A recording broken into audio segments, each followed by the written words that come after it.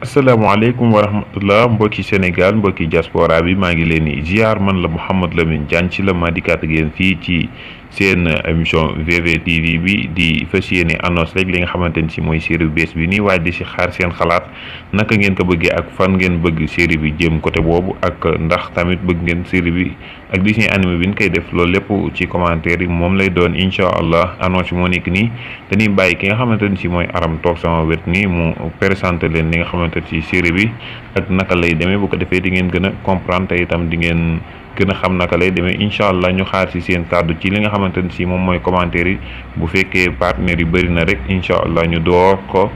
incha allah kon dañuy jox Aram mu leeral mbir yi ni muy demee.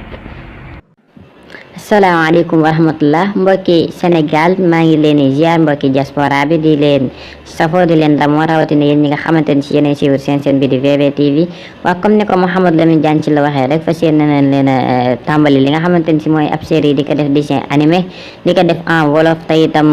di ko def loo xamante ni si dafay jëm ci wàllum diine ak jamono nekk loo xamante ni si dana dëppoog ay yar dana dëppoog ay teggin te itam du jalgati dara ci li nga xamante ni si noonu la réew mi war a doxee ak éducation bi ni mu fa war a demee.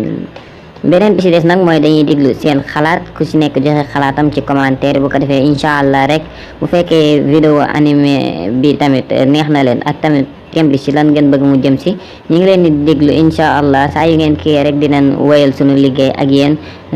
di leen jaajëfal bu baax a baax di leen wax fanaan leen ak jàmm.